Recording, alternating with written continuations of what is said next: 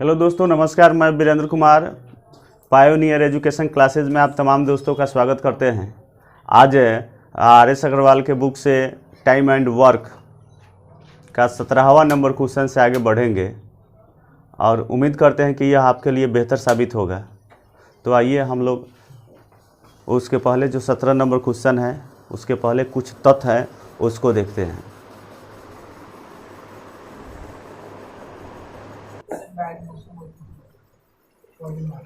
हम जानते हैं कि अगर कुल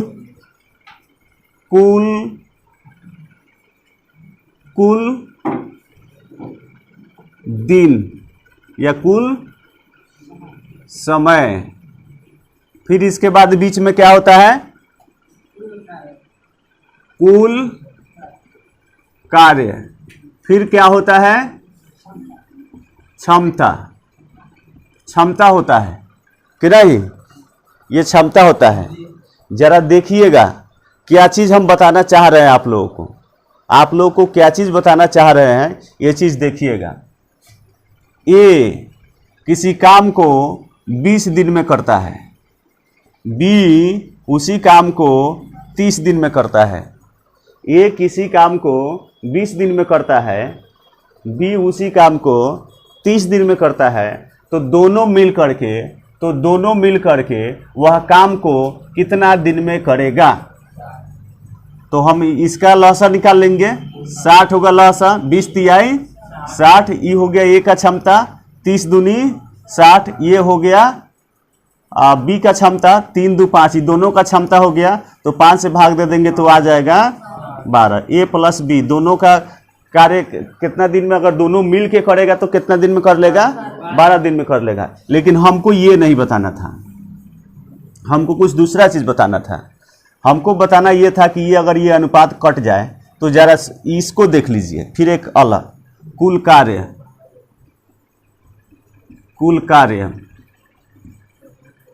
फिर कुल समय, कुल कार्य, फिर क्षमता होता है 1 दिन का, क्षमता होता है 1 दिन का काम, क्षमता 1 दिन का काम होता है।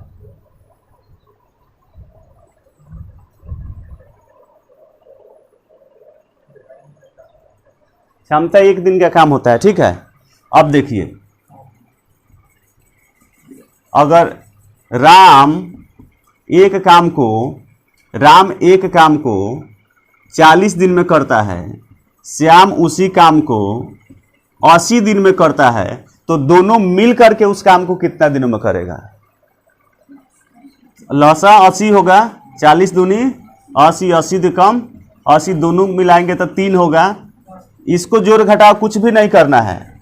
राम और श्याम दोनों मिल करके कितना दिन में करेगा? 80/3 दिन में, ठीक है। लेकिन हमको ये चीज़ नहीं बताना था, एक दूसरा चीज़ बताना है। ये 0 से 0 खत्म, 4 एकम 4, 4 दूनी 8।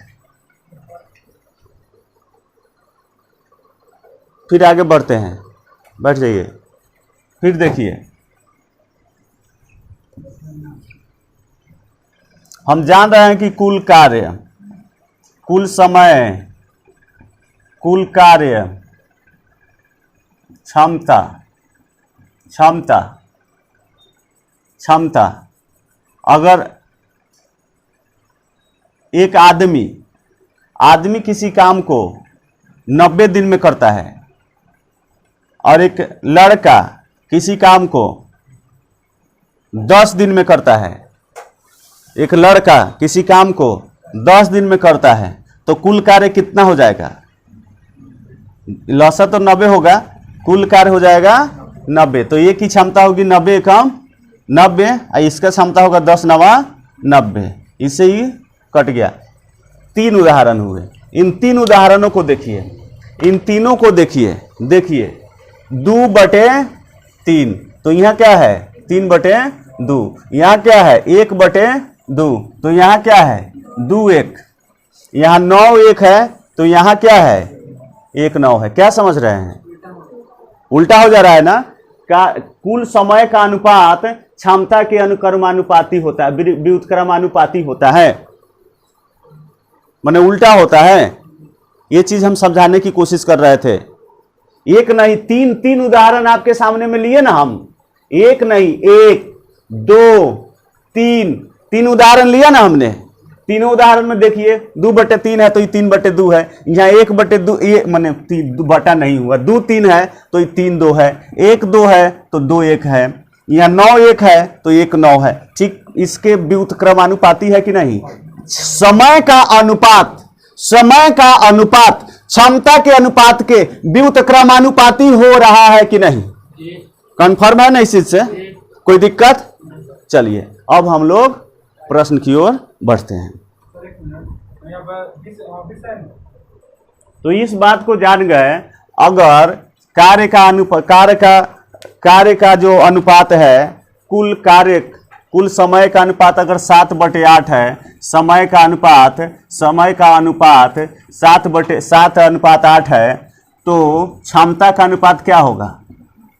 क्षमता का अनुपात क्या लिख सकते हैं? बिना जाने सुने क्या लिख सकते हैं? हम समझ गए हैं इस पैटर्न को कि यही होता है।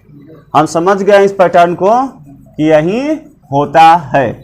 अब आइए हम लोग प्रश्न देखते हैं। 17 नंबर प्रश्न।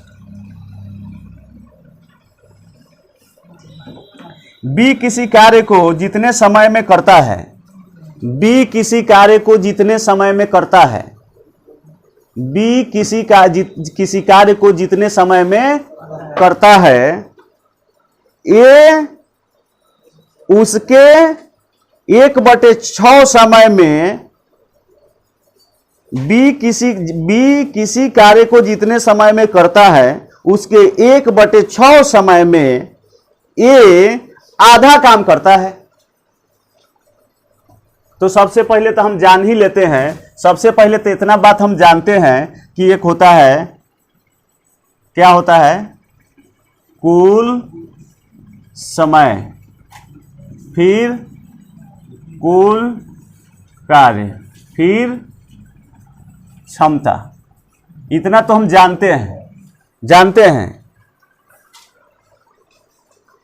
बी किसी कार्य को जितना समय में करता है, किसी कार्य को जितना समय में करता है, किसी काम को जितना समय में करता है, उसी काम को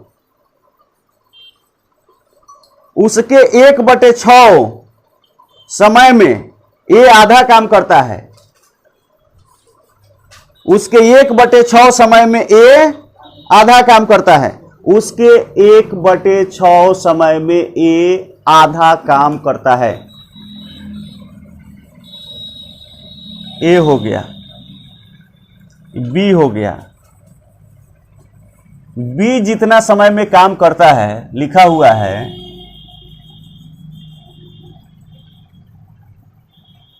उसके 1/6 समय में ए आधा काम करता है।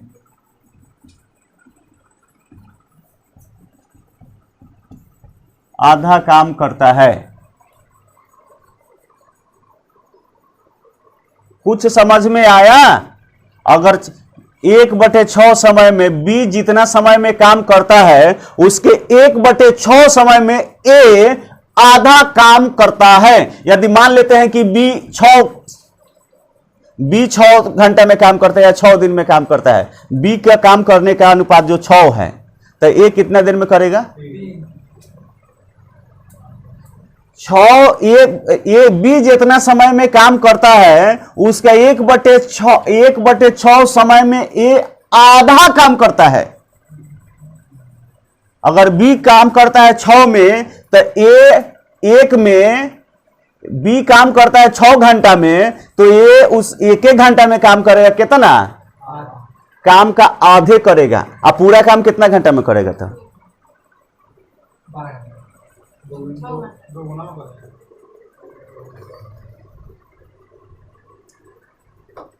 1/6 काम बी जितना काम करता है, उसके 1/6 काम उसके 1/6 काम 1/6 समय में ए आधा काम करता है।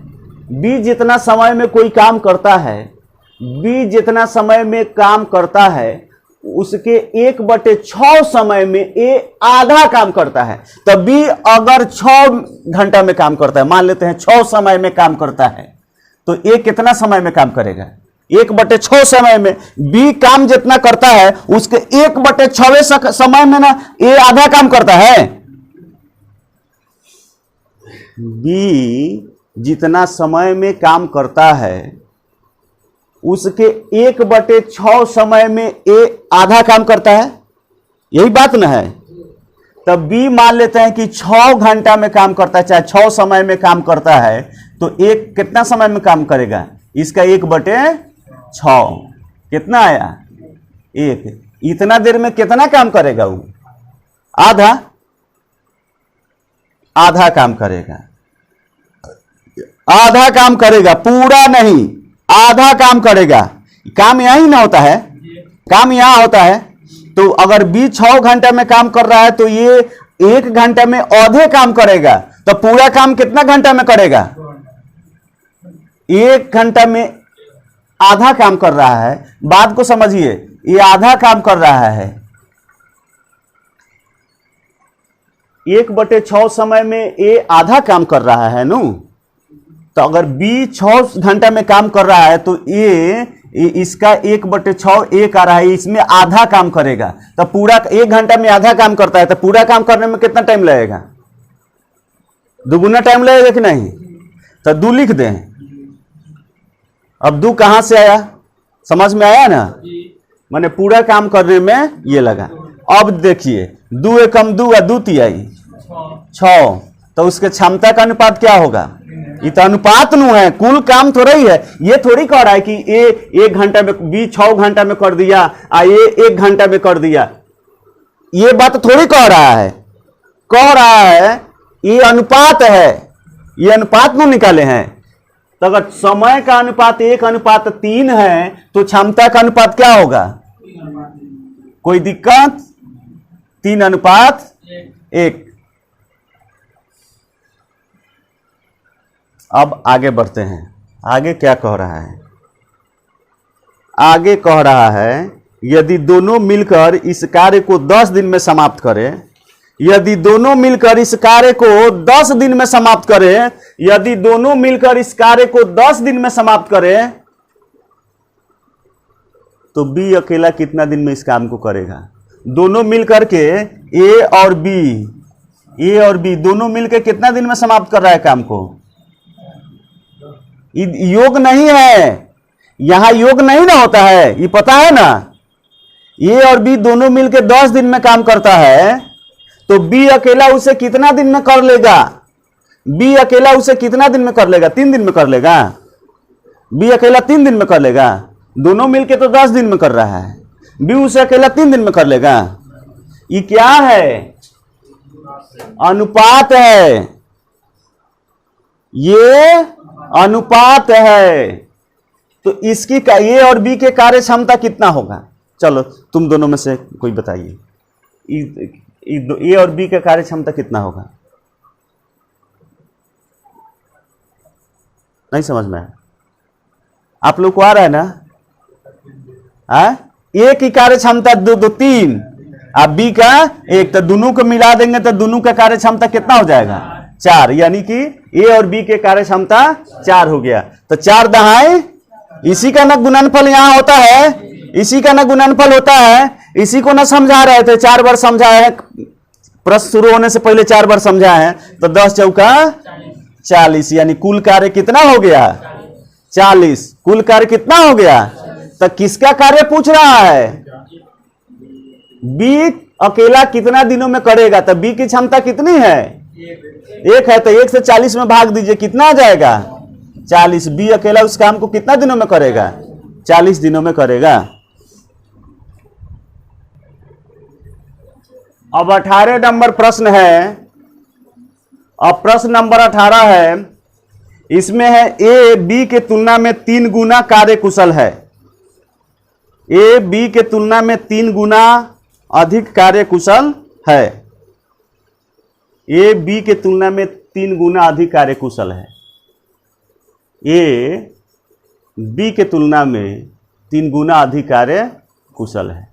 बी के तुलना में ए कौन ज्यादा है कार्यकुशल? ज्यादा कार्यकुशल कौन है? ए की बी? ए बी के तुलना में 3 गुना अधिक कार्यकुशल है। ए ना है, तो अगर बी 1 होगा तो ए कितना होगा? 3 होगा। बी अगर कार्यकुशल का मतलब ये क्षमता हो गया। ये क्या बता रहा है? ये क्या बता रहा है? क्षमता बता रहा है। कार्यकुशल है तो कार्यकुशल क्षमता हुआ ना। ए अगर 1 दिन में करता है, बी अगर बी का कार्य क्षमता 1 है तो ए का कार्य क्षमता कितना होगा? उससे 3 गुना है। तो इसका बी का 1 होगा तो उसका 3 होगा, बी का 2 होगा तो उसका 6 होगा, 3 गुना होगा। सीधी सी बात है। तो इसमें सब में हम लोग लिख रहे हैं कुल समय, फिर कुल कार्य, फिर कुल क्षमता।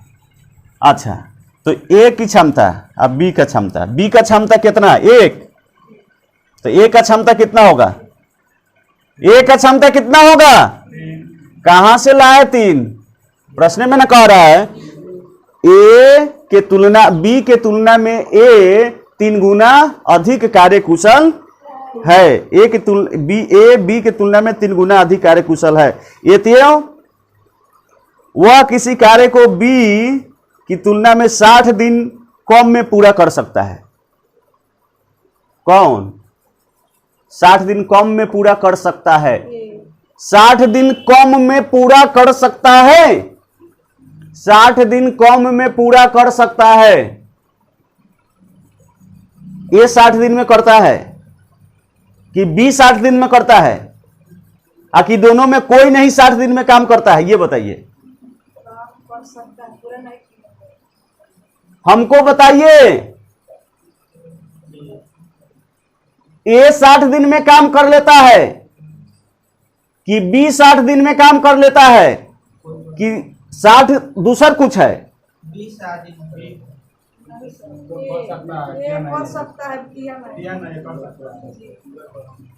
यहां न तो ए 60 दिन में काम को कर रहा है, न तो बी 60 दिन में काम को कर रहा है। यहां कह रहा है कि अगर इस तरह की बात हो तो बी से 60 दिन कम में काम कर सकता है।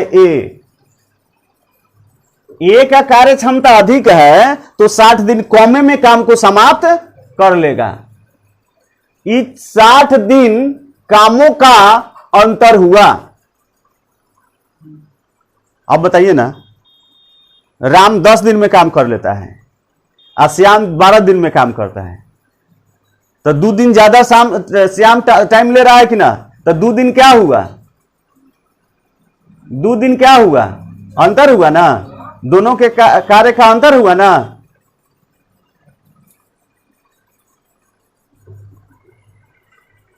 अच्छा, तो 60 दिन में तो कोई काम नहीं कर रहा है।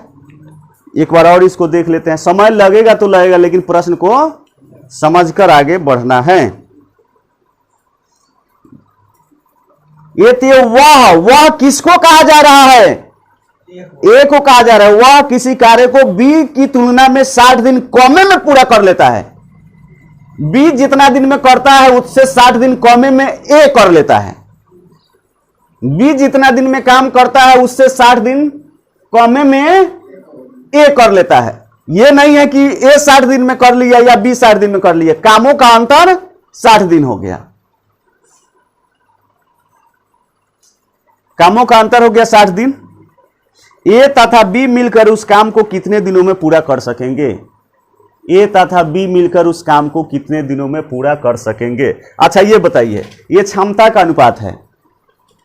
ये क्षमता का अनुपात है, तो समय का अनुपात क्या होगा?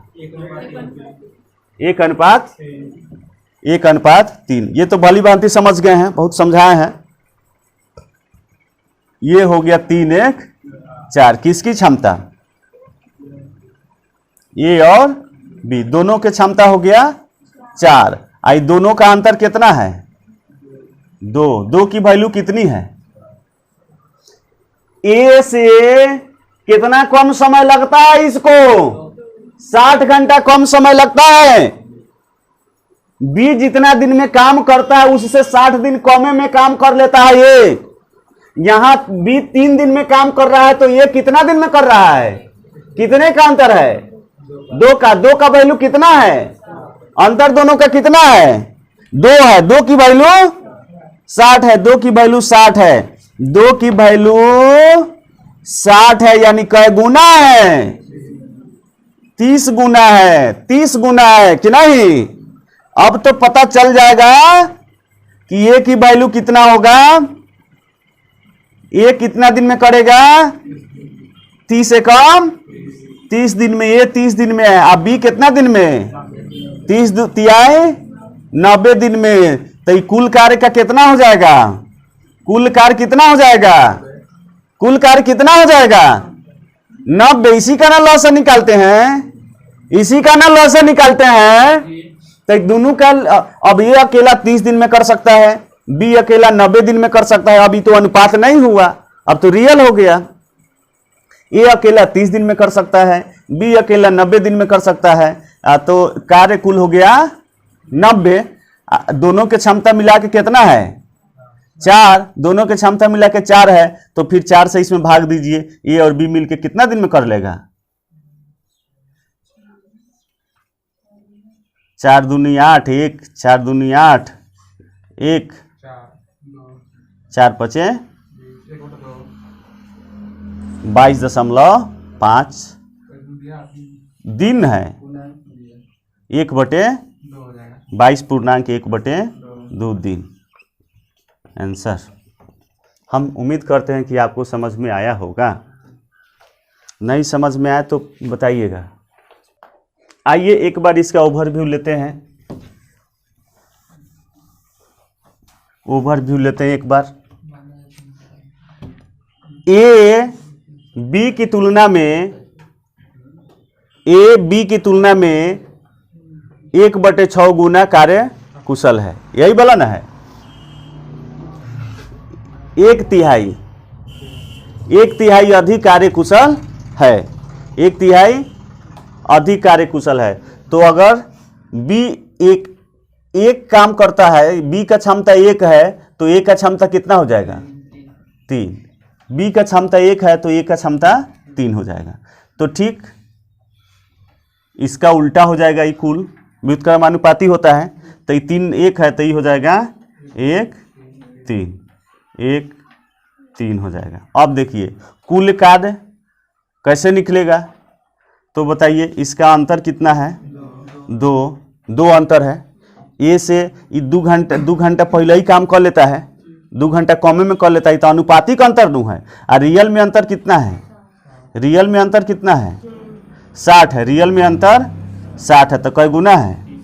30 गुना है। तो इसका 30 गुना 30 है, इसका 30 गुना 90, इसका 30 गुना 90 हो गया। यानी कि रियल हो गया। तो इसका लॉसा 90 कुल कार्य हो गया। तो ए और बी मिल के कितना दिन में करेगा? ए और बी मिल के कितना दिन में करेगा? तो दोनों का ए का क्षमता 3 है और बी का क्षमता 1 है। तो 3 1 4 4 से भाग देंगे तो 22.1/2 दिन आ जाएगा। इतना आ जाएगा।